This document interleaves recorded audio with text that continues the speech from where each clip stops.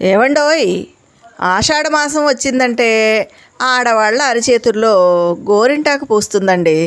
మా చిన్నప్పుడు ఆషాఢమే కాదండి, నెలకోసారన్నా ఆడవాళ్ళు మగవాళ్ళు చిన్న పెద్ద అందరూ చక్కగా గోరింటాకు పెట్టుకునేవాళ్ళమండి. ఎందుకో ఏమో కానీ గోరింటాకు చెట్టు అందరిళ్లల్లోనూ ఉండేది కాదండి, ఎక్కడో ఎవరో ఒకరింట్లో ఉండేదన్నమాట. నెలకోసారి ఆడపిల్లలం అందరం ఏ తాటాకు బుట్టో పట్టుకుని గోరింటాకు కోసుకోవడానికి వెళ్ళేవాళ్ళమండి. ఆ రోజుల్లో ప్లాస్టిక్ కవర్లు బాటిల్స్ లేవండోయ్. ఆ కబుర్లు ఈ కబుర్లు చెప్పుకుంటూ గోరింటాకు కోసుకొచ్చి అమ్మలకి ఇచ్చేవాళ్ళమండి. వాళ్ళు భోజనాలు అయ్యాక ఆ గోరింటాకుని చక్కగా రుబ్బి పెట్టేవాళ్ళండి.